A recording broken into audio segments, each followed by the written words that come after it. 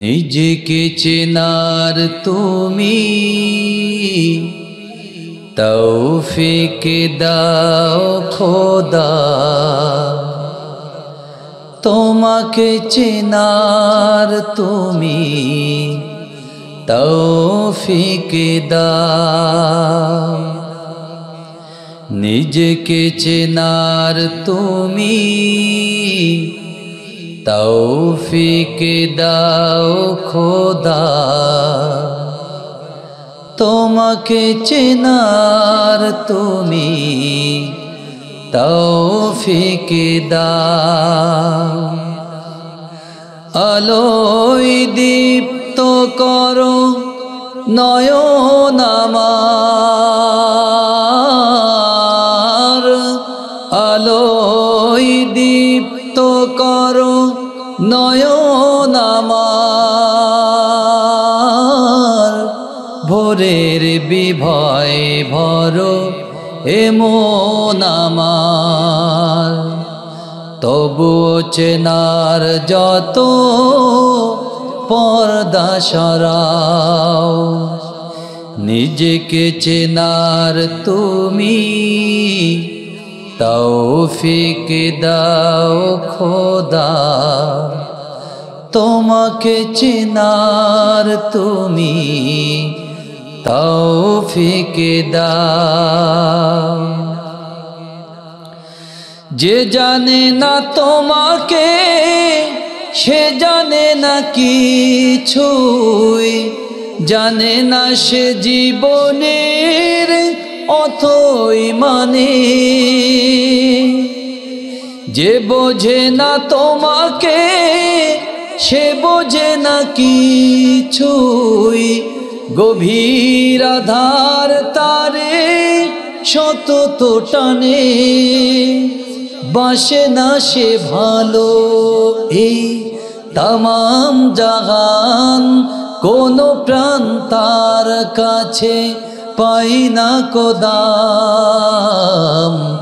অভিশাপ দেয় তারে কালের খরা, নিজেকে চেনার তুমি তৌফিক দাও খোদা, তোমাকে চেনার তুমি তৌফিক দাও, তোমাকে চেনার তুমি তৌফিক দাও। আল্লাহু আকবার, আর জোরে আল্লাহু আকবার। প্রিয় ভাইরা, আমি কে আমার পরিচয় যদি জানতে চাই, সবার আগে জানতে হবে আমার স্রষ্টাকে। জোরে বলেন ঠিক কিনা? আমার স্রষ্টাকে আরো জোরে কে? আরো জোরে কে? আমার বন্ধুগণ, বিশ্ব নবী বলেছেন, মান ক্বালা লা ইলাহা ইল্লাল্লাহ ফাদাখালাল জান্নাহ, যারা একবার কালিমা পড়বে ওই ব্যক্তি জান্নাতে যাবে। আমার আল্লাহ বললেন, ও আমানা, যারা ঈমান আনবে, ফাউলাইকা ইউবাদদিলুল্লাহু সাইয়্যাতিহিম হাসানা, আল্লাহ রাব্বুল আলামিন ঈমান যে আনবে তার জীবনের সব গুনাহগুলো সওয়াব দ্বারা পরিবর্তন করে দেবে। আমার নবীজি বললেন, কালিমা পড়লে পরে সে ব্যক্তি জান্নাতে যাবে। এখন বলেন তো দেখি, আমার আল্লাহর কথা সত্য না মিথ্যা? আরো জোরে, নবীর কথা সত্য না মিথ্যা? আমার বন্ধুগণ, তাহলে কালিমা পড়লেই জান্নাতে যাওয়া যাবে, বিষয়ে কোনো সন্দেহ আছে নাকি? আমার বন্ধুগণ, কালিমা পড়লেই আর মুসলমানের ঘরে জন্মগ্রহণ করলেই মুসলমান হওয়া যাবে। রাসূল বলছেন, আস-সালাতু ফারকু বাইনান নাস ওয়াল আব, এই নামাজ একজন আল্লাহর গোলাম আর সাধারণ মানুষের মধ্যে পার্থক্য করে দেয়। জোরে বলেন ঠিক কিনা? তাহলে ঈমান আপনি কেমন ভাবে আনলে আল্লাহর দরবারে পছন্দনীয় হবে রে বন্ধু? কোন মাধ্যমে কালিমা পড়লে আল্লাহর দরবারে পছন্দনীয় হবে? কোন ঈমানের বদৌলতে আল্লাহ রাব্বুল আলামিন আপনার জীবনের গুনাহ মাফ করে দেবে? আমাদের জানা প্রয়োজন আছে না নাই? আমার বন্ধুগণ, এখন যদি বলি একজন খালেস মুমিন বান্দা, তাকে দেখে আপনি অনুসরণ করতে হবে, তার দেখে আপনি তওবা করবেন, সে যেমন ভাবে চলে তেমন ভাবে আপনাকে চলতে হবে। আমার বন্ধুগণ, এখন আপনি যদি মোল্লা আনোয়ারকে দেখে তওবা করতে চান, আমার মতো স্টাইল মার্কা জীবন দিতে চান, এটা ভুল হবে। আপনার এলাকার হাজী সাহেবকে দেখে চলবেন, না না, ভুল হবে। আমার বন্ধুগণ, আপনি যদি সত্যিকার অর্থে মুমিন বান্দা হতে চান, আপনাকে জানতে হবে, বুঝতে হবে, নবীর জীবনের সাহাবাদের দিকে লক্ষ্য রাখতে হবে। আমার বন্ধুগণ, আপনি ফিরে যান বিশ্বনবী মুহাম্মদুর রাসূলুল্লাহ সাল্লাল্লাহু আলাইহি সাল্লামের জীবনের দিকে যান, আমার নবীর কলিজার টুকরা সাহাবাদের জীবনের দিকে যান।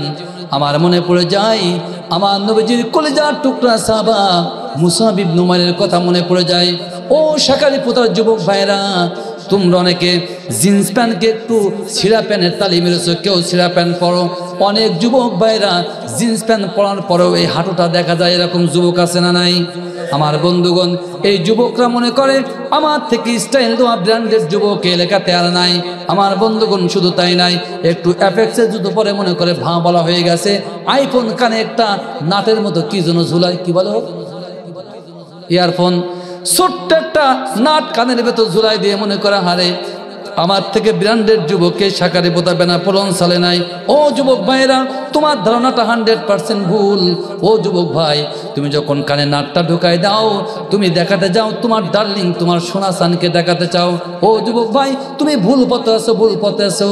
আজকের বর্তমান যুবকরা চরিত্রকে ধ্বংসের দ্বারা প্রান্তারে নিয়ে যায় অবৈধ সম্পর্ক মেলামেশা করার কারণে।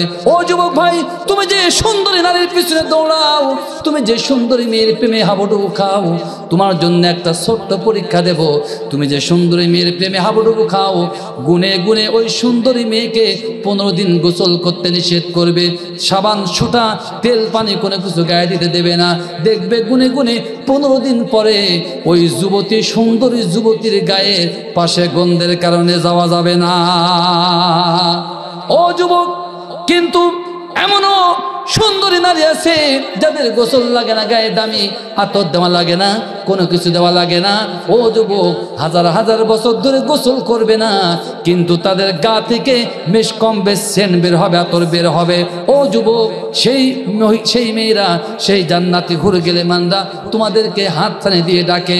যুবক রে, আমি ফিরে যাই আমার নবীজির কলিজার টুকরা সাহাবা মুসাব ইবনে উমাইরের জীবনের দিকে ফিরে যাই।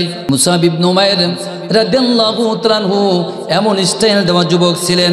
আমার ভাইরা, মুসাব ইবনে উমাইর রাদিয়াল্লাহু তাআলা আনহু এমন স্টাইল মার্কা যুবক ছিলেন। সকালে যে জামাটা একবার পরিধান করতেন, বিকালবেলা ওই জামাটা পরতেন না, এত ব্র্যান্ডেড যুবক ছিলেন। মুসাব ইবনে উমাইর সকালবেলা যে প্যান্ট, যে জুতাটা পরতেন, বিকালবেলা ওইটা ইউজ করতেন না, এত ব্র্যান্ডেড যুবক ছিলেন। আপনারা বলেন তো দেখি, এই রকম কোটিপতি ব্র্যান্ডেড যুবক এলাকায় আছে নাকি? খুঁজে পাওয়া যাবে না, খুঁজে পাওয়া যাবে না। সকালে যে জামাটা পরে বিকালে পরবে না, সকালে যে প্যান্টটা পরে বিকালে পরবে না, সকালে যে জুতাটা পরবে বিকালে পরবে না। তৎকালীন মক্কার সব থেকে দামি আতরটা মুসাব ইবনে উমাইর রাদিয়াল্লাহু তাআলা আনহু ব্যবহার করতেন। আমার বন্ধুগণ, মুসাব ইবনে উমাইর রাস্তা দিয়ে একবার হেঁটে যেতেন, আরবের সব মানুষগুলো বুঝতে পারতো এই রাস্তা দিয়ে মুসাব ইবনে উমাইর হেঁটে গেছে। আমার বন্ধুগণ, আপনারা দেখবেন আপনার গ্রামের হাজী সাহেব বা ইমাম সাহেব বা খতিব সাহেব যখন রাস্তা দিয়ে হেঁটে যায়, পায়ে দিয়ে সুন্দর একটা আতরের সৌরভ বের হয়, হয় না, হয় না ভাই? আমার ভাইরা, মুসাব ইবনে উমাইর রাদিয়াল্লাহু তাআলা আনহু তৎকালীন সব থেকে দামি ব্র্যান্ডের আতরটা ব্যবহার করতেন। রাস্তা দিয়ে একবার হেঁটে গেলে মানুষগুলো বুঝতে পারতো মুসাব ইবনে উমাইর হেঁটে গেছে। আমার ভাইরা, শুধু তাই নয়, মুসাব যখন রাস্তা দিয়ে বের হতেন, সাথে সাথে 2 থেকে 3 জন বডিগার্ড বন্ধু তার সাথে সাথে ঘুরে বেড়াতো। দেখবেন আপনার গ্রাম, আপনার এলাকার কোটিপতি বাবার একমাত্র ছেলে যখন এফজেড বা অ্যাপাচি গাড়ি নিয়ে বের হয়, সাথে সাথে 2 থেকে 3 জন সামসাও কিন্তু বের হয়। সামসা না, বন্ধু বন্ধু আর কি। সামসা বলে অনেকে রাগ করবে, হয় দুঃখজনক করে সত্য, বর্তমান বাংলাদেশে বাঁশের থেকে কুঞ্চি মোটাই গেছে, সামসা মোটাই গেছে। সামসাদের যন্ত্রণায় এখন রাস্তাঘাটে বেরোনো বড় মুশকিল। আমার ভাইরা, মুসাব ইবনে উমাইর রাদিয়াল্লাহু তাআলা আনহু একদিন রাস্তা দিয়ে হেঁটে যায়। হঠাৎ করে তার কানে আমার নবী মুহাম্মদুর রাসূলুল্লাহ সাল্লাল্লাহু আলাইহি সাল্লামের নবীজির কণ্ঠের কোরআনের আওয়াজটা মুসাব ইবনে উমাইরের কানে চলে আসে। আমার বন্ধুগণ, মুসাব ইবনে উমাইর চিন্তা করে, হারে, এমন মধুর আওয়াজ তো জীবনে শুনে নাই। তার বন্ধুদেরকে বলল, বন্ধুরা ভাইরা তোমরা যাও যাও, আজকের গুরুত্বপূর্ণ কাজে আমি যেতে চাই। মুসআব ইবনে উমাইর রাদিয়াল্লাহু তাআলা ওই মধুর সুরটা কোন দিক থেকে বেশি আসে সেদিকে অনুসরণ করতে করতে যায়। যে দেখলো আমার নবী মুহাম্মদুর রাসূলুল্লাহ সাল্লাল্লাহু আলাইহি সাল্লাম মধুর সুরে কোরআন তেলাওয়াত করে। আমার বন্ধুগণ, মুসআব ইবনে উমাইর আমার নবীকে বলে, ইয়া রাসূলুল্লাহ, ইয়া হাবিবাল্লাহ, হুজুর আমার গোষ্ঠী, আমার মা, আমার জাত বংশরা বলে আপনি নাকি মিথ্যা নবী, আপনার নাকি নবুয়তটা মিথ্যা। জোরে বলুন নাউজুবিল্লাহ। মুসআব ইবনে উমাইর বলে, ওগো নবীজি, কিন্তু আপনার মুখ থেকে যে বাণী শ্রবণ করলাম, জীবনে কত আওয়াজ শুনলাম, কত গান বাজনা শুনলাম রে নবীজি, আপনার মুখের মতো এমন মধুর আওয়াজ জীবনে শুনি নাই। মুসআব বলে, নবীজি আমি আপনার হাতে হাত দিয়ে কালিমা গ্রহণ করতে চাই, আপনার অনুসারী হতে চাই। রাসূল বলে, মুসআব রে, তুমি এখন ছোট মানুষ, তুমি বোঝো না। ও মুসআব, তুমি এখন বোঝো না। মুসআব রে, ও মুসআব ইবনে উমাইর, যাও যাও, বাড়ির দিকে ফিরে যাও রে মুসআব, চিন্তা করো, ভাবো কি করবা। তার কারণ এই কালিমা গ্রহণ করলে, ঈমান আনলে কিন্তু তোমার উপরে বিপদ আসতে পারে। মুসআব বলে, নবীজি যতই বিপদ আসুক না কেন, এই কালিমা থেকে আপনি আমাকে মাহরুম করবেন না। আমার নবীজি মুসআবকে বলে, মুসআব রে, এই কালিমা ছাড়লে ধরলে কিন্তু, ঈমান আনলে কিন্তু, কালিমা ধরলে কিন্তু তোমার উপর অত্যাচার হবে। মুসআব বলে, ইয়া রাসূলুল্লাহ, আল্লাহ রসুল বলে, ওগো মুসআব, এই কালিমা ধরলে তোমার কিন্তু জেল হবে, জুলুম হবে, জরিমানা হবে, তোমার কিন্তু ঘর ছাড়তে হতে পারে, বাড়ি ছাড়তে হতে পারে। মুসআব বলে, নবীজি সব কিছু ছাড়বো, রাজি আছি, কিন্তু এই কালিমা থেকে আপনি আমাকে মাহরুম করবেন না। আমার নবীজি মুসআব ইবনে উমাইরের হাতটা ধরলেন আর পড়িয়ে নিলেন, লাম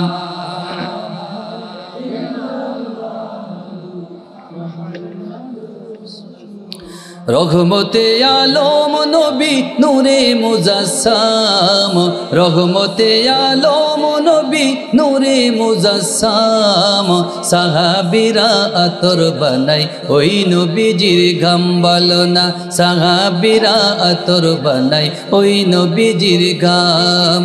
রহমতে আলম নবী নূরে মুজাসসাম, রহমতে আলম নবী নূরে মুজাসসাম, সাহাবীরা আতর বানাই ওই নবীজির ঘাম বলো না, সাহাবীরা আতর বানাই ওই নবীজির ঘাম।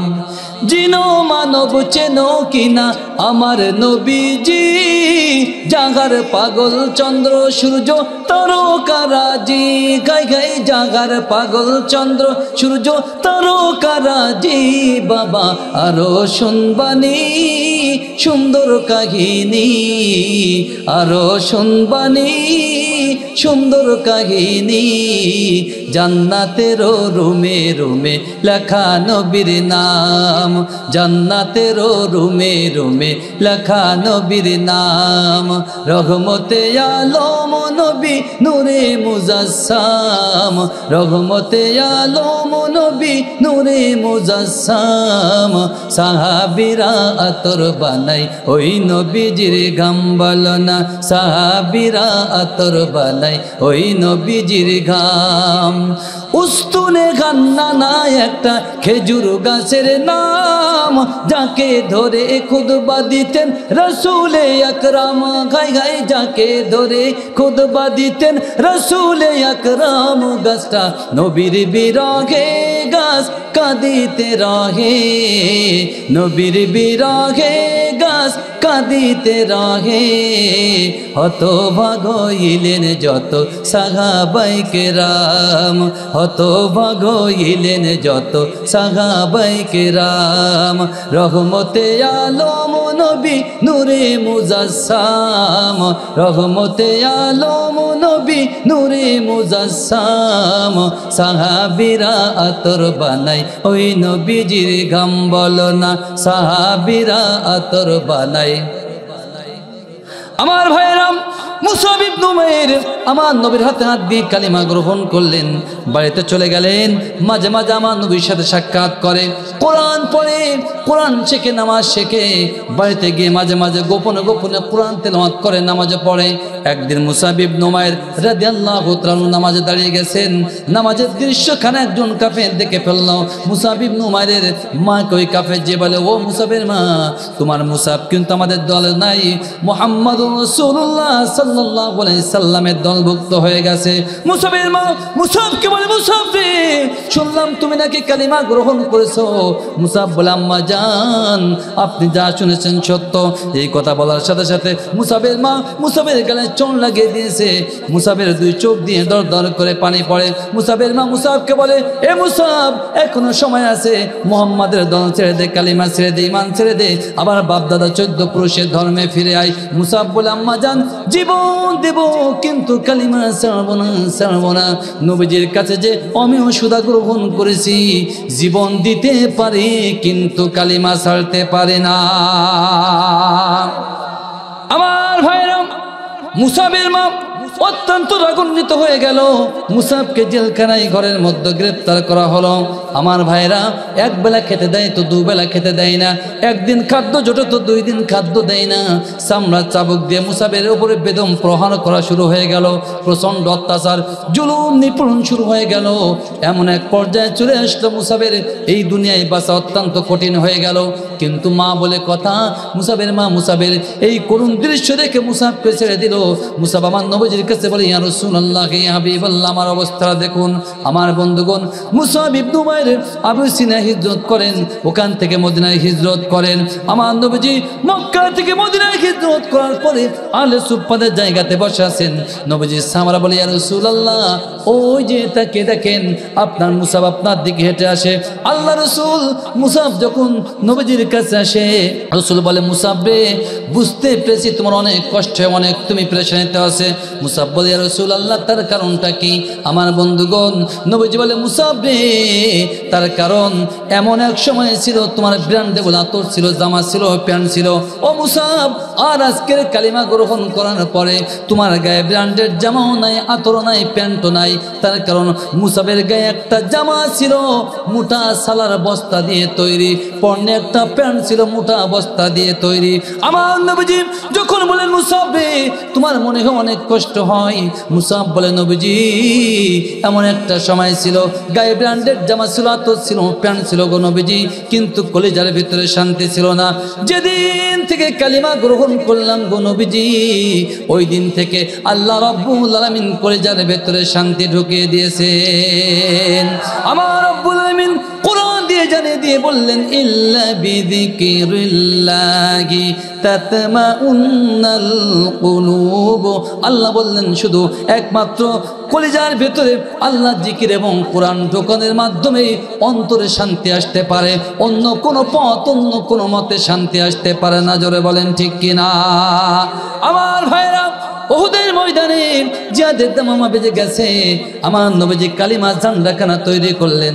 রাসূল চিন্তা করে, রাসূল এক হাতে কালিমার ঝান্ডা নিয়ে মুসাব বলে, ও মুসাব, আমি জানি উহুদের ময়দানে এই কালিমা ঝান্ডার মর্যাদা একমাত্র তুমি রক্ষা করতে পারবে।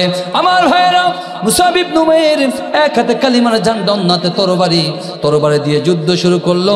কাফেরদের প্রচণ্ড আঘাত এসে গেল। যে হাতের তরবারি হাতখানা বডি থেকে বিচ্ছিন্ন হয়ে গেল। আমার ভাইয়েরা, মুসাব ইবনে উমাইর রাদিয়াল্লাহু তাআলা আনহু কালিমার ঝান্ডাখানা দাঁত দিয়ে কামড় দিয়ে ধরে। কাফেরদের অন্য আঘাতে মুসাব ইবনে উমাইরের হাতটা বিচ্ছিন্ন হয়ে যায়। কাফেরদের তরবারির আঘাতে পুরো বডিটা ছিন্ন ভিন্ন হয়ে যায়। মুসাব ইবনে উমাইরের বডি জমিনে পড়ে যায়, কিন্তু দাঁত দিয়ে কালিমার ঝান্ডাখানা উঁচু করে ধরে রেখেছে। আমার নবীর সাহাবারা মুসাবের নিকটবর্তী হলে মুসাব বলে, ও নবীর সাহাবারা, বিশ্ব নবীর কাছে সংবাদটা পৌঁছে দিও, মুসাব যতদিন পর্যন্ত নিঃশ্বাস ছিল এই কালিমার ঝান্ডা জমিনে পড়তে দেয় নাই। আমার ভাইরা, আমার নবীজি উহুদের ময়দানে জিহাদের পরে বললেন, সাহাবীরা রে, আজ উহুদের ময়দান আমাদের অত্যন্ত কঠোর, আমাদের খুব করুণ অবস্থা, দুইজন সাহাবাকে এক কাফনের কাপড়ে দিয়ে দাও। আমার বন্ধুগণ, মুসাব ইবনে উমাইর রাদিয়াল্লাহু তাআলা আনহু একটু পাতলা জুতের এবং লম্বা মানুষ ছিল। আমার ভাইয়েরা, মুসাবের জন্য যে কাপড়টা বন্দোবস্ত করা হলো, কাপড়টা ছিল একটি ছোট, মাথাটা ঢাকতে গেলে পা আলগা হয়ে যায়, পা ঢাকতে গেলে মাথা আলগা হয়ে যায়। আমার নবী সাহাবারা বলেন, ইয়া রাসূলুল্লাহ, ইয়া হাবিবাল্লাহ, হুজুর, ওই যে তাকিয়ে দেখেন আপনার কলিজার টুকরা সাহাবা মুসাব আর দুনিয়া থেকে বিদায় হয়ে যায়, কিন্তু একটা কাফনের কাপড় ভালো তারা ভাগ্যে জোটে নাই। আমার নবীজি বলে, সাহাবীরা রে, আমার মুসাব যেদিন থেকে কালিমা গ্রহণ করেছে সেই দিন থেকে কোনো কাপড় দিয়ে পা ঢাকতে পারে নাই। ও আমার সাহাবীরা, আমার মুসাবের এই দুনিয়ার কোনো কাপড় দিয়ে মুসাবের পা ঢাকা সম্ভব নাই। আমার মুসাবের মাথাটা ঢেকে দাও, আর উহুদ পাহাড় থেকে লম্বা ঘাস নিয়ে মুসাবের পাটা ঢেকে দাও। রাসূল বলে, সাহাবীরা রে, আমি নবী বিশ্বাস করি জান্নাতের মধ্যে আল্লাহ রাব্বুল আলামিনের পক্ষ থেকে হুর গেলেমানরা মুসাবের জন্য কাপড় নিয়ে অপেক্ষা করে। আমার ভাইয়েরা, ইসলামের জন্য জীবন দিয়েছে, অর্থ দিয়েছে, সব কিছু কুরবান করেছে, তারপরে আল্লাহ রাব্বুল আলামিন মুসাবকে জান্নাতি করেছেন। জোরে বলেন ঠিক কিনা? আমার ভাইয়েরা, আপনাদের মধ্যে এমন কোন আল্লাহর গোলাম আছেন, একটু দুইখানা হাত উঁচু করে বলেন তো দেখি, হুজুর, আমি মুসাবের মতো জীবন দেব, জান দেবো, মাল দেবো, কুরবান করতে চাই, আল্লাহ রাব্বুল আলামিনের জান্নাত ক্রয় করতে চান? কারা কারা আছেন? দুই হাত করে আল্লাহকে দেখান। নারায়ে তাকবীর, নারায়ে তাকবীর। আমার বন্ধুগণ, আল্লাহ রাব্বুল আলামিন এই কোরআন নাজিল করলেন গোটা দুনিয়ার মানুষ যারা পথহারা হয়ে গেল, তাগুদের সাথে আতাত করেছে, শয়তানের পথে সাথে আতাত করেছে, শয়তানের পদঙ্ক অনুসরণ করেছে। আমার রব্বুল আলামিন এই কোরআন নাজিল করলেন ওই সমস্ত মানুষগুলোকে কোরআনের আলোয় আলোকিত করে, কোরআন দ্বারা হেদায়েত দিয়ে ওই সমস্ত মানুষগুলোকে তাদের নির্ধারিত গন্তব্য, নির্ধারিত বাড়ি জান্নাতে পৌঁছাতে চায়। জোরে বলেন ঠিক কিনা? আল্লাহ রাব্বুল আলামিন কোরআন দিয়ে জানিয়ে দিয়ে বললেন, শাহরু রমাদানাল্লাযী উনজিলা ফীহিল কুরআন হুদাল লিন্নাসি ওয়া বাইয়িনাতিম মিনাল হুদা ওয়াল ফুরকান। আমার আল্লাহ বললেন, আমি কোরআন নাজিল করলাম, কোরআন দিয়ে গোটা দুনিয়ার মানুষ যারা পথহারা হয়ে গেছে, আল্লাহ রাব্বুল আলামিনের পথকে ভুলে গেল, আল্লাহকে ভুলে গিয়েছে, নবীকে ভুলে গিয়েছে, আসল রাস্তা ভুলে গিয়েছে, ওই সমস্ত মানুষকে কোরআনের আলোয় আলোকিত করে তাদের নির্দিষ্ট গন্তব্য জান্নাতে পৌঁছাতে চাই। আমার ভাইরা, এই দুনিয়াতে যত মানুষ আগমন করেছে, এই মানুষগুলো নির্ধারিত গন্তব্য, নির্ধারিত বাড়ি হলো, নির্দিষ্ট বাড়ি হলো জান্নাত। জোরে বলেন ঠিক কিনা? আমরা জান্নাতে যেতে চাই কিনা? কারা কারা চাই? দুই হাত তুলে দেখান। আল্লাহ তোমার জান্নাতে যাব, সবাই আল্লাহ তোমার জান্নাতে যাব, আমি নামাজ পড়ে রোজা করে তোমার মেহবুব হব, আল্লাহ তোমার জান্নাতে যাব। আল্লাহু আকবার। আমার ভাইরা, আল্লাহ রাব্বুল আলামিন এই কোরআন দ্বারা গোটা দুনিয়ার মানুষকে হেদায়েত দিতে চান, তাদের নির্ধারিত বাড়ি, নির্ধারিত গন্তব্য জান্নাতে পৌঁছাতে চান। আমাদের বাড়ি, আমাদের নির্ধারিত গন্তব্য কেন জান্নাত? আল্লাহ রাব্বুল আলামিন আমার আপনার আদি পিতা আদম সৈফুল্লাহকে প্রথমেই সৃষ্টি করে রেখেছিলেন জান্নাতে। জোরে বলেন ঠিক কিনা? আল্লাহ রাব্বুল আলামিন আদম সৈফুল্লাহকে জান্নাত থেকে এই দুনিয়াতে পাঠালেন একটাই লক্ষ্য, একটাই উদ্দেশ্য। কি সেই লক্ষ্য, কি সেই উদ্দেশ্য? আমার রাব্বুল আলামিন কোরআন দিয়ে জানিয়ে দিয়ে বললেন, আল্লাযী খালাকাল মাউতা ওয়াল হায়াতা লিয়াবলুয়াকুম আইয়ুকুম আহসানু আমালা। আল্লাহ বললেন, এই দুনিয়াতে মানুষ প্রেরণ করলাম, আমি রব্বুল আলামিন দেখতে চাই মানুষগুলোর আমলটা কত সুন্দর হয়, কার আমলটা কত সুন্দর। আল্লাহ সুন্দর আমল চান। আল্লাহ তাআলা বললেন আহসানু আমালা। আমার রব্বুল আলামিন কিন্তু বলেন নাই আকসারু আমালা, কার আমল কত বেশি, কার আমল, কার দানটা কত বেশি। আমার আল্লাহ কিন্তু এই বিষয় দেখতে চান না। আল্লাহ চান নামাজটা কম হোক, আমলটা কম হোক, কিন্তু আমলটা হতে হবে আহসানু আমালা। জোরে বলেন ঠিক কিনা? আমার ভাইরা, সে আহসানু আমালা, আমল যদি সুন্দর করতে হয়, আমল যদি আল্লাহর পছন্দনীয় মাপের হতে হয়, তাহলে অবশ্যই অবশ্যই আমাকে আপনাকে জানতে হবে কাকে? আরো জোরে, আল্লাহকে জানতে হবে। আল্লাহকে জানতে হলে আপনাকে ধরতে হবে কোরআন, পড়তে হবে কোরআন। আমার বন্ধুগণ, তার কারণে কোরআন দিয়ে রব্বুল আলামিন ঘোষণা করেছেন সব মানুষগুলোকে নির্ধারিত রাস্তায় পরিচালনা করে আমাদেরকে জান্নাতি করতে চান। জোরে বলেন ঠিক কিনা? আমার ভাইরা, এখন আসুন কোন রাস্তা, কোন পথ, কোন দিক নির্দেশনা গ্রহণ করলে আমি আপনি জান্নাতি হতে পারবো? আমার বন্ধুগণ গভীর মনোযোগ দিবেন। আল্লাহ রাসূল সাল্লাল্লাহু আলাইহি সাল্লামের সাহাবারা আমার নবীর কাছে মাঝে মাঝে প্রশ্ন করতেন, ইয়া রাসূলুল্লাহ, ইয়া হাবিবাল্লাহ, হুজুর আমাদের এমন কিছু সংক্ষিপ্ত আমল শিক্ষা দিন, এমন কিছু আমল শিক্ষা দিন যে আমলটা করতে পারলে আমরা জান্নাতি হব। আমার নবীজি বিশ্বনবী মুহাম্মদুর রাসূলুল্লাহ সাল্লাল্লাহু আলাইহি সাল্লাম তার সাহাবাদেরকে গুরুত্বপূর্ণ ছোট ছোট আমল শিক্ষা দিতেন। সাহাবারা আমলটা করেছেন, সোনার মানুষে পরিণত হয়ে গেছে।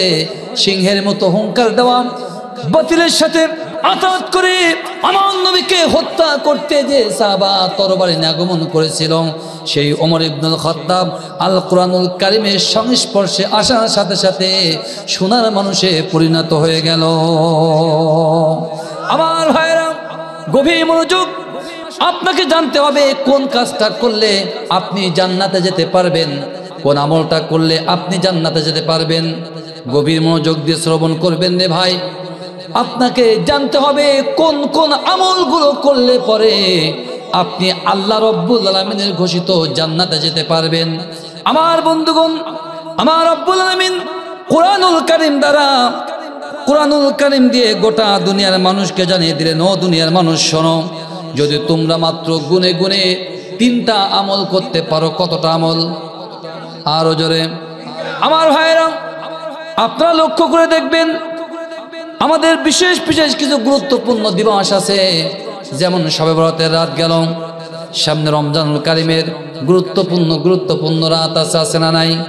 এই রাতগুলোতে বিশেষ করে মহিলারা প্রশ্ন করে, এমন কি আমল আছে যে আমলটা করতে পারলে আমরা জান্নাতে যেতে পারবো? বলে না, বলে না? আমার ভাইয়েরা, গ্রামের অনেক পুরুষরাও প্রশ্ন করে, যদি এমন কোন সংক্ষিপ্ত আমল পেতাম যে আমলটা করতে পারলে সরাসরি আল্লাহ রাব্বুল আলামিনের জান্নাতে যেতে পারবো। আমার বন্ধুগণ, আমার ভাইরা, দেখবেন সব মানুষগুলো কিন্তু শর্টকাট কিছু চায়। এই যে এসএসসি এবং দাখিল পরীক্ষা চলছে, ছাত্র ছাত্রীরা দেখবেন শিক্ষকের কাছে যায়, বলে স্যার আমাদের এমন কোন শর্টকাট সাজেশন দেন যে শর্টকাট সাজেশন পড়ার পরে আমরা গোল্ডেন এ প্লাস পেতে পারি। বলে না? আমার ভাইরা, আল্লাহ রাব্বুল আলামিন গোটা দুনিয়ার মানুষদেরকে ঠিক তেমন একটা শর্টকাট সংক্ষিপ্ত সাজেশন দিয়ে আল্লাহ রাব্বুল আলামিন কোরআন দিয়ে জানিয়ে দিয়ে বললেন, ইল্লা মান তাবা ওয়া আমানা ওয়া আমিলা আমালান সলিহান ফাউলাইকা ইউবাদদিলুল্লাহু সাইয়্যাতিহিম হাসানা।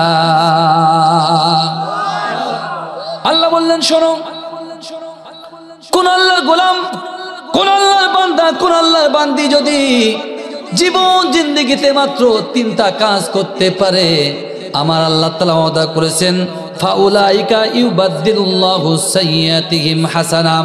3টা কাজ করতে পারলে ওই বান্দা জীবন জিন্দেগিতে যত গুনাহ করেছে আমার রব্বুল আলামিন সব গুনাহগুলো সওয়াব দ্বারা পরিবর্তন করে দিবে।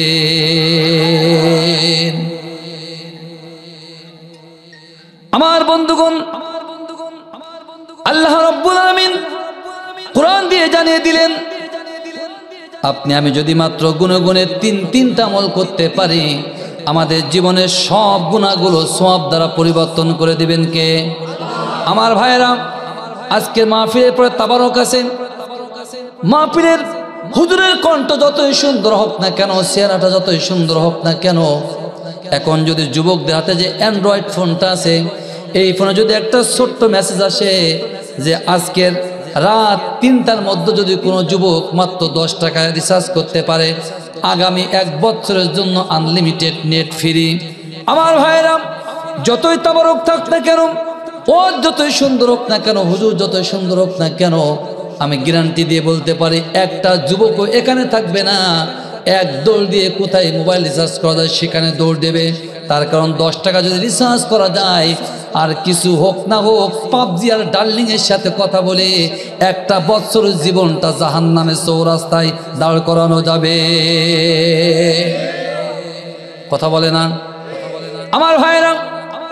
এই দুনিয়ার ছোট্ট একটু অফার পাওয়ার পরে যুবক যদি আল্লাহর কোরআনের মাহফিল জান্নাতের বাগান ছেড়ে যেতে পারে, ও যুবকেরা গভীর মনোযোগ দুবারে যুবক, আল্লাহ রাব্বুল আলামিন তোমাদের জন্য গুরুত্বপূর্ণ অফার দিয়েছেন। মাত্র 3টা কাজ যদি করতে পারো, এই 3টা কাজ করতে পারলে আল্লাহ রাব্বুল আলামিন তোমাদের জীবনের সব গুনাহগুলো মাফ করে দেবেন। আমার ভাইরা, তাহলে যে 3টা কাজ করলে আমার আপনার জীবনের সব গুনাহগুলো আল্লাহ তাআলা মাফ করে দেবেন, সেই 3টা কাজ জানার প্রয়োজন আছে না নাই? আরো জোরে কারা কারা জানবেন 2 হাত তুলে দেখান। নারে তাকবীর, নারে তাকবীর, মাশাআল্লাহ। আমার ভাইরা, আল্লাহ রাব্বুল আলামিন কোরআন দিয়ে জানিয়ে বললেন 1 নম্বরে ইল্লা মান তাবা, যারা তওবা করবে। কি করবে? আরো জোরে তওবা করতে কি বলে বলেন তো? সকলে পড়ি, আস্তাগফিরুল্লাহ রব্বি মিন কুল্লি জামবি ওয়া আতুবু ইলাইহি লা হাওলা ওয়ালা কুওয়াতা ইল্লা বিল্লাহিল আলিয়ুল আযীম। মাশাআল্লাহ, আমরা তওবা করলাম, তাহলে আল্লাহ বলেন ইল্লা মান তাবা, যারা তওবা করবে ওই তওবাকারীর জীবন জিন্দেগি সব গুনাহ আল্লাহ তাআলা মাফ করে দিয়ে জান্নাতে করবেন। তো আমরা যারা এখন তওবা করলাম, আমাদের জান্নাতে যেতে কি আর কোনো বাধা আছে? কথা বলে না, আছে? আল্লাহর কথা মিথ্যা? তো আবার আছে বলছেন কেন? আমার ভাইরা গভীর মনোযোগ, আল্লাহ রাব্বুল আলামিন বললেন ইল্লা মান তাবা, তওবা যারা করবে এই তওবাকারী বান্দার জীবন জিন্দেগি সব গুনাহগুলো আল্লাহ রাব্বুল আলামিন মাফ করে দেবেন। আমার বন্ধুগণ, আমরা যে এখন তওবা করলাম, এখন বাজে রাত 12টা 37 মিনিট। আমার বন্ধুগণ, এই আস্তাগফিরুল্লাহ পড়লাম, আল্লাহর কসম করে বলি এই তওবা করেছি, তওবা করার সময় কারোর মনটা কিন্তু আল্লাহর দিকে নিসবাত হয় না। জোরে বলেন ঠিক কিনা? মাহফিলে তওবা করলেন, আস্তাগফিরুল্লাহ পড়লেন, এই তওবা যখন আপনি করেছিলেন মনটা কিন্তু আল্লাহর দিকে রুজু হয় নাই। আমার বন্ধুগণ, এজন্য তওবা যদি আল্লাহর দিকে যদি মনটা রুজু না হয়, তওবা কিন্তু কখনো আল্লাহ কবুল করবে না। আমার বন্ধুগণ দেখবেন, আমার বাংলাদেশ, ভারত এবং পাকিস্তান, এই 3টা রাষ্ট্রে যারা নামাজ পড়ে, নামাজ পড়ার পরে আসসালামু আলাইকুম রাহমাতুল্লাহ, আসসালামু আলাইকুম রাহমাতুল্লাহ, আস্তাগফিরুল্লাহ রাব্বি মিন কুল্লি সরে পড়ে কিনা? আমার বন্ধুগণ, এখন আমার প্রশ্ন হলো, তওবা করলে আল্লাহ বলছে জীবনের সব গুনাহ মাফ করে দেবে, আর একজন পাপী, একজন নিষ্পাপ মানুষের দ্বারা কিন্তু অন্যায় অপরাধ কর্ম হতে পারে না। জোরে বলেন ঠিক কিনা? একজন মুমিন বান্দা অন্যায় করতে পারে না, মুমিন বান্দা অপরাধ করতে পারে না। আমার ভাইরা, মুমিন বান্দার দ্বারা খারাপ কাজ হতে পারে না, কিন্তু মুরব্বী আমার গুনে গুনে 40 বছর নামাজ আদায় করে, 40 বছরে 5 ওয়াক্ত নামাজ আদায় করে, দৈনন্দিন 5 বার করে তওবা করে, কিন্তু মুরব্বী এখনো পর্যন্ত সুদ খাওয়া ছাড়তে পারে নাই। এলাকায় সুদ খায় নাকি? খেতে খুব মজা, খুব মজা। আহা, আমার ভাইরা, ভাইকে রাগ করছেন না তো? বলবো আমার বন্ধুগণ, তাহলে তওবা করলে তওবা আল্লাহর দরবারে কবুল হয় না। কি কাজ করলে, কেমন ভাবে তওবা করলে তওবা আল্লাহর দরবারে কবুল হয় আমাদের জানার প্রয়োজন আছে না নাই? আমার বন্ধুগণ, আপনি যদি তওবা করতে চান, ইসলামী চিন্তাবিদগণ বলেছেন তওবা যদি আল্লাহর দরবারে কবুল করাতে হয় 3টা ধাপ, 3টা সিঁড়ি, 3টা ওয়ে, 3টা রাস্তা অতিক্রম করলেই পরে আপনার তওবাটা আল্লাহর দরবারে কবুল হবে। জোরে বলেন সুবহানাল্লাহ। আমার ভাইরা, সর্বপ্রথম তওবা যখন করবেন, তওবা করার পূর্বে চিন্তা করবেন কোন সময়টা তওবা করবেন, অর্থাৎ তওবা করার পূর্বে আপনি সময় নির্ধারণ করবেন তওবাটা কখন করবেন। আমার ভাইরাম, এখন যে রাত 12:30টায় তওবা করলেন, কত মানুষ আছে আগামীকাল যখন আগামীকাল দিনের বেলায় চিন্তা করবেন, আগামীকাল রাত 12:30টায় তওবা করবেন। আমার ভাইরাম, কাল মাহফিল থাকবে না, জলসা থাকবে না, অজ থাকবে না, গ্রামের সব মানুষগুলো ঘুমায় যাবে, আপনার স্ত্রী ঘুমায় যাবে, কন্যা ঘুমায় যাবে, সন্তান ঘুমায় যাবে, মা বাবা সবাই ঘুমায় যাবে। আপনি রাত 12টার পরে 12:30টার পরে আপনি একাকি উঠে যাবেন, ওযু করবেন, 2 রাকাত করে 4 রাকাত তাহাজ্জুদের নামাজ আদায় করে নেবেন।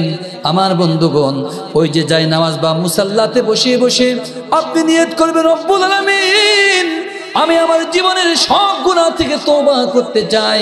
এই নিয়ত নিয়ে যখন তওবা করার জন্য মুসাল্লাতে বসে যাবেন, আস্তাগফিরুল্লাহ মুখ দিয়ে পড়ার আগে আপনার 2 চোখ দিয়ে অঝর অঝরায় পানি পড়তে বাধ্য হবে।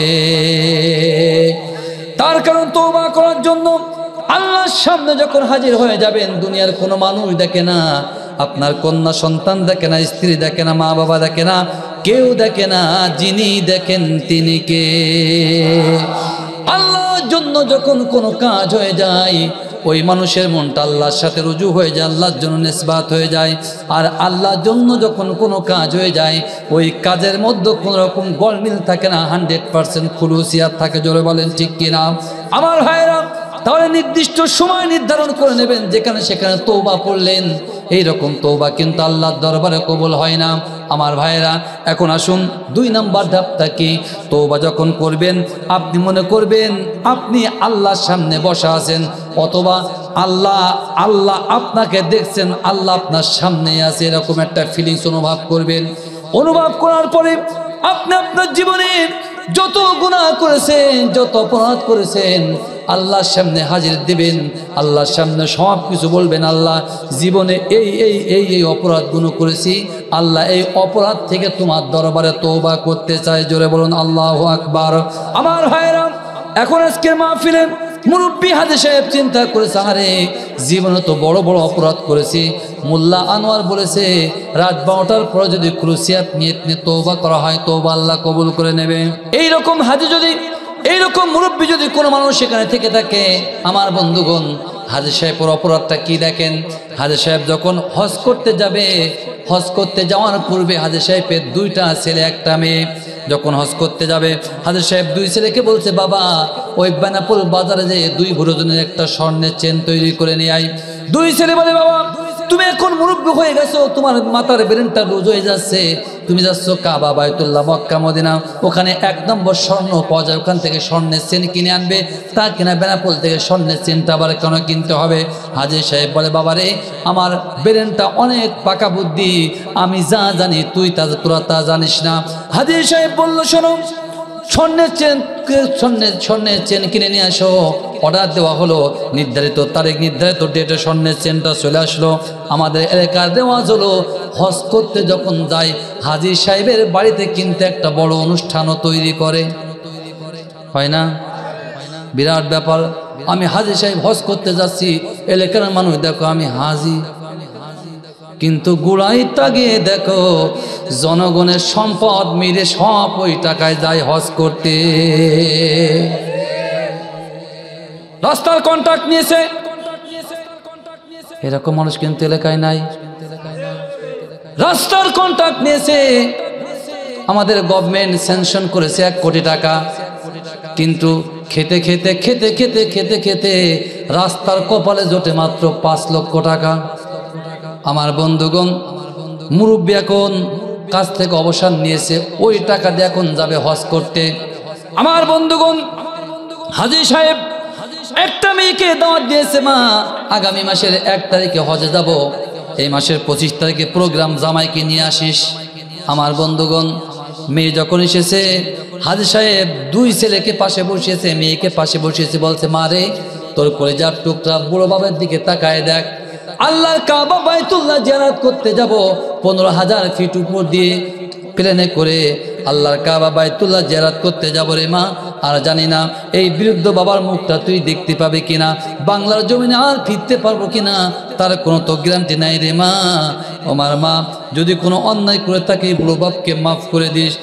আবার ভাইরা দেখবেন, একটা মানুষের যদি একটা ছেলে আর একটা মেয়ে থাকে, ওই ছেলের থেকে মেয়েটা কিন্তু বাবার যত্ন করে বেশি। আমার বন্ধুগণ, হাজী সাহেব যখন দুনিয়া থেকে বিদায় নেবে এই কথা বললো, মেয়ে বলে কথা, মেয়ে ডুক রেখে দে বলে, বাবা এই দুনিয়াতে তো আমার আর কেউ নাই। মা ছিল, মা বিদায় নিয়েছে, বাবা তুমি যদি বিদায় নেওয়ার কথা বলো, এই বাবার বাড়িতে আমি তো আর আসতে পারবো না, আমার কপাল হয়ে যাবে। বাবা বিদায় নেবে, দুনিয়া থেকে বিদায় নেবে কথা বলো না, তোমার আল্লাহর দরবারে ফরিয়াদ করি আমার জন্য আল্লাহ আমার বাবাকে বাংলার জমিনে ফিরিয়ে দিতে পারে। হাজী সাহেব চিন্তা করতে হারে, আমার মেয়ে ইমোশনাল হয়ে গেছে, এখন সব বুঝে কোপ মারার দরকার। হঠাৎ করে হাজী সাহেব মেয়ের হাতটা ধরে বলছে, মারে আমি তো হজ করতে যাব জননী, আমি তোর কাছে একটা আবদার করতে চাই, মা তুই বল আমার আবদারটা পূরণ করবে কিনা। মেয়ে বলে, বাবা জীবনে গরিব জায়গায় বিয়ে দিয়েছো, তুমি কোনোদিন কোনো কিছু চাও নাই, বলো কি চাও। এবার হাজী সাহেব বলে, মারে ওই যে বেনাপুল বাজারে, মেন বাজারে 8 কাঠা জমি আছে, ওই 8 কাঠা জমিতে তুই কিছু অংশ পাস, দেখ তো দুইটা ভাই এতিমের মতো তাকিয়ে আছে, মা তোর বুড়ো বাপ তোর হাত ধরেছে, মা ওই বেনাপুর বাজারে জমির দাবিটা তুই ছেড়ে দে। কন্যা মেয়ে কন্যা মনে মনে বলছে, ওরে শয়তান বুড়ো, বুড়ো বয়সে হজ করতে যে ভালো হবি, জনগণের টাকা সম্পদ ফাঁকি দেখাইছি, রাস্তা ফাঁকি দেখাইছি, তাও তোর পেট ভরিনি, মেয়ের সম্পদটা ফাঁকি দিবি। এরকম মানুষ আছে না নাই? আমার ভাইয়েরা, হাজী সাহেব কাবা বাইতুল্লাহ জিয়ারত করতে গেছে, আল্লাহর ঘর দেখার পরে মনটা পরিবর্তন হয়ে গেছে, মনটা পরিবর্তন হয়ে গেছে। হাজী সাহেব চিন্তা করতে, আরে বাড়ি যে তওবা করার দরকার। আমার বন্ধুগণ, হাজী সাহেব আজকের আমার যদি আপনি শোনেন, আপনার তওবা যদি আল্লাহর দরবারে কবুল করাতে হয়, আপনার জন্য প্রথম স্টেপ হলো, আপনার জন্য প্রথম পদ্ধতি হলো, হাজী সাহেব আপনি যে আপনার মেয়ের সম্পদ ফাঁকি দিয়েছেন, সর্বপ্রথম কাল সকাল হবে ওই মেয়ের সম্পদটা মেয়েকে ফিরিয়ে দেন, আল্লাহর দরবারে তওবা করেন, তারপরে তওবা কবুল হবে, তার পূর্বে আপনার তওবা আল্লাহর দরবারে কবুল হবে না। আমার বন্ধুগণ, শুধু মেয়ের সম্পদ না, অনেক ভাই আছে, ভাইয়ের সম্পদ ফাঁকি দেয়, আছে না নাই? এই এলাকায় মনে হয় নাই? আছে, আছে। বাবা রে, 1 নম্বর সলিড মাল সব। ভাইয়ের সম্পদ ফাঁকি দেয়, প্রতিবেশী সম্পদ ফাঁকি দেয়। আবার আমাদের বাংলাদেশে যারা কৃষি কাজ করে দেখবেন, এই যে জমিনের এই মাথায় তাকিয়ে দেখবেন, ওই মাথায় আইল আর এই মাথায় আইল, দেখবেন আইল কাটতে কাটতে কারো জমির আইলের পেটটা 9 মাসের মতো বাচ্চা হয়ে গেছে, অর্থাৎ আইল কাটতে কাটতে অন্যের জমিতে এরকম এক হাত ঢুকে গেছে, আছে না নাই? আমার বন্ধুগণ, অন্যের সম্পদ আইল কেটে নিজের জমির মধ্যে যখন তুমি নেবে, ওখান থেকে 1 মুঠো ধান যদি হয়, যত ধান তোমার, যত চাউল হবে, ওই 1 মুঠো ধানের কারণে সব চাউলগুলো নাজায়েজ নাপাক হয়ে যাবে। জোরে বলেন ঠিক কিনা? আমার ভাইরা, অনেক জনপ্রতিনিধি আছেন, যারা জনপ্রতিনিধি আছে, আপনারা যেন রাগ করবেন না, আমি কিন্তু আপনাদের লক্ষ্য উদ্দেশ্য নিয়ে বলছি না, ওই ঢাকার দিকে যারা আছে ওদের উদ্দেশ্যে বলছি। আমার বন্ধুগণ, অনেক জনপ্রতিনিধি আছে, ওরা বিধবা ভাতার কাঠ পর্যন্ত মেরে খায়, কাবিখার কাঠ মেরে খায়, আছে না নাই? আমার বন্ধুগণ, জনগণের এই ভিক্ষা করার টাকা যারা মেরে খায়, আল্লাহর কসম করে বললাম, এদের তওবা কিয়ামত পর্যন্ত কবুল হবে না।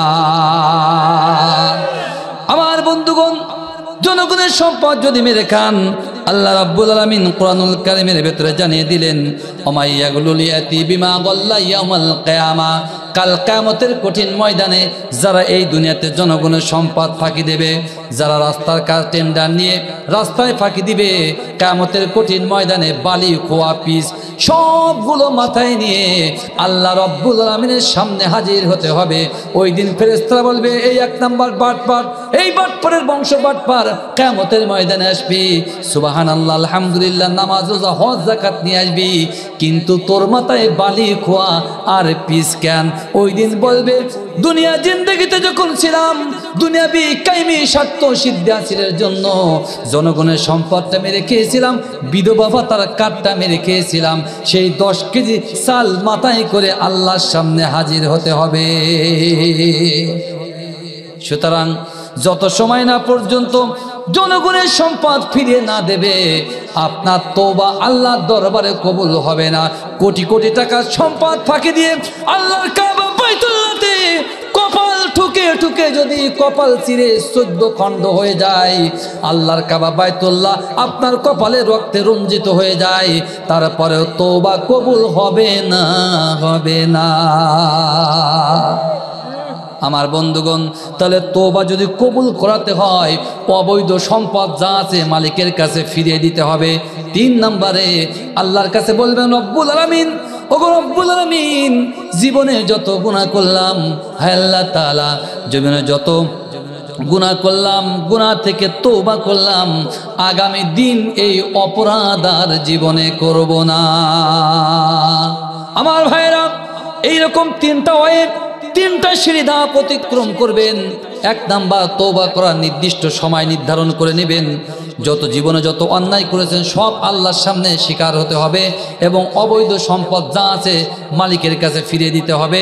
3 নম্বরে আপনি আল্লাহকে বলবেন, আল্লাহ এই যে অপরাধ থেকে তওবা করলাম, যতদিন হায়াতে জিন্দেগি থাকবে আর জীবনে আল্লাহ অপরাধ করব না। আমার বন্ধুগণ, এইরকম 3টা স্টেপ নিয়ে যদি তওবা করতে পারেন, আল্লাহর কসম করে বললাম, আল্লাহ রাব্বুল আলামিন কোরআন দিয়ে জানিয়ে দিয়ে বলছেন, ফাউলাইকা ইউবাদদিলুল্লাহু সাইয়্যাতিহিম হাসানা। আল্লাহ বললেন এইরকম 3টা স্টেপ নিয়ে যারা তওবা করতে পারবে, ওই তওবাকারীর জীবন জিন্দেগির সব গুনাহগুলো আল্লাহ তাআলা সওয়াব বানিয়ে দেবে। তাহলে 1 নাম্বার কি? তওবা। এরকম তওবা করতে রাজি আছেন তো? কারা কারা আছেন?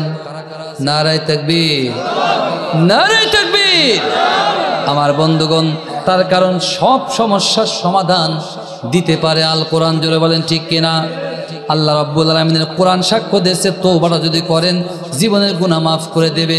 আর সব সমস্যার সমাধান একমাত্র দিতে পারে আল্লাহর কোরআন। জোরে বলেন ঠিক কিনা? আমার বন্ধুগণ, আমার মনে পড়ে যায় ইমামে আজমে আবু হানিফার ছোট্ট ঘটনা।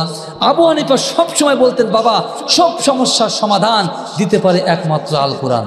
তো আবু হানিফার একজন মুরিদ ছিলেন, শাগরেদ ছিলেন, বলতে হুজুর আপনি শুধু বলেন যে সব সমস্যার সমাধান দিতে পারে আল কোরআন, হুজুর আমার একটা সমস্যা আছে, এর সমাধান কি কোরআনে আছে? আবু হানিফা বলছে, পাগল নাকি? কে কোন ধরনের মুরিদ? সমাধান নেই মানে বলতো কি সমস্যা? বলছে, হুজুর আমি একটা ছাগল জবাই করে খেতে চাই। কত বড় পাগল! এই ছাগল জবাই করে খাবে, তুই কেমন লোভ ধরাচ্ছিস নাকি? খাবি খা, আমার সাথে বলছিস কেন? বলছে, হুজুর সমস্যা আছে। কি সমস্যা? বলছে, হুজুর এই ছাগলটা দেখতে সামনের সাইড ছাগলের মতো আর পিছনের সাইড দেখতে কুকুরের মতো, হুজুর ফতোয়া দেন দিন, এই ছাগলের গোশ খাওয়া জায়েজ না হারাম? আবু হানিফা মনে মনে বলছে, ওরে বাবা, কত বড় পাকনা মুরিদ, আমাকে মাসলা দিয়ে হারানোর জন্য বাইরের থেকে মনে মনে মাসলা তৈরি করে নিয়েছে। আবু হানিফা বলছে, এরকম ছাগল আবার হয় নাকি জীবনে? বলছে, হুজুর আপনি শুধু আমার বকেন, আপনার বাড়ি চলেন দেখেন আছে কি না আছে। যে এই কথা বলেছে, আবু হানিফা বলছে, বিপদ, বাড়ি যখন ডাকছে নিঃসন্দেহে এরকম ছাগল আছে। আবু হানিফা এমন একজন জগৎ শ্রেষ্ঠ আলেমে দিন ছিলেন, ইস্তেহাদ ইনার মাসলা মাসাইল গোটা পৃথিবীর জমিনে এখনো স্বর্ণ অক্ষরে লেখা। জোরে বলেন ঠিক কিনা? আমার বন্ধুগণ, সেই ইমাম আজম আবু হানিফাকে নিয়ে যারা কটূক্তি করে, এইরকম এক ধরনের বদমাইশ ফিতনাবাজ বাংলার জমিনে জন্ম হয়ে গেছে। জোরে বলেন ঠিক কিনা? আরো জোরে ঠিক কিনা? আমার বন্ধুগণ, যারা ইমামদের নিয়ে কটূক্তি করে অথচ ওর ভাড়ে লাথি মেরে দেখেন, ওর পেটে লাথি মারলে এখনো পর্যন্ত একটা হাদিসের ইবারত সহিভাবে বলতে পারে না, আবার সহি হাদিস বলে চিৎকার করে। জোরে বলেন ঠিক কিনা? আমার বন্ধুগণ, আলেম ওলামাদেরকে নিয়ে যারা কটূক্তি করে, ইসলামী আন্দোলনকে নিয়ে যারা কটূক্তি করে, কোরআন নিয়ে যারা কটূক্তি করে, হাদিস নিয়ে যারা কটূক্তি করে, ওদের সাথে মুসলমানের সম্পর্ক থাকতে পারে না। জোরে বলেন ঠিক কিনা? এরকম বদমাইদের সামাজিকভাবে বয়কট করা বড় প্রয়োজন। কথা বলে না। আমি জানি এলাকায় নাই, অন্য এলাকায় আছে, খুঁজে দেখেন সব জায়গায় আছে। ফেরকাবাজদের জন্য মসজিদগুলো আজকের বিপদাপন্ন। আমার বন্ধুগণ, আমার ভাইরা, ইমাম আজম আবু হানিফা চিন্তা করে বলছে, শাগিরকে বলছে, বাবা যা বাড়িতে যা, এক পাত্রে রাখবি লতা পাতা, অন্য পাত্রে রাখবি রক্ত মাংস। ছাগল যদি লতা পাতা খায় গোশ খাওয়া জায়েজ, আর যদি রক্ত মাংস খায় গোশ খাওয়া না জায়েজ, হারাম। কত সুন্দর মাসালা। হ্যাঁ, মাসলা বুঝতে পেরেছেন তো? আর সমস্যা নাই তো? আমার ভাইরা কবি মনোযোগ। তারপরের দিন সকালে ওই শাগির চোখের পানি ছেড়ে দিয়ে কাঁদতে কাঁদতে সে বলে, হুজুর কি সমাধান দিলেন? আগে তো বাড়ি যে ছাগলটাকে আদর করতাম, কাছে টানতাম, গায়ে হাত দিতাম, গালে তুলে পাতা খাওয়াতাম। আমার বন্ধুগণ, বাড়িতে যদি আদরের ছাগল থাকে, মনিব কিন্তু ছাগলকে একটু গালে তুলে লতা পাতা খাওয়ায় না? ওই শাগির বলছে, হুজুর আপনার মাসালা শোনার পরে ওই ছাগলকে যখন লতা পাতা দিলাম, লতা পাতা খাই, রক্ত মাংস দিলাম, রক্ত মাংস খাই, এখন ফতোয়া দেন গোশ খাওয়া যায় কি হারাম? দুটোই খাচ্ছে। আপনারা শুনবেন গোশ খাওয়া যায় কি হারাম? কারা কারা শুনবেন?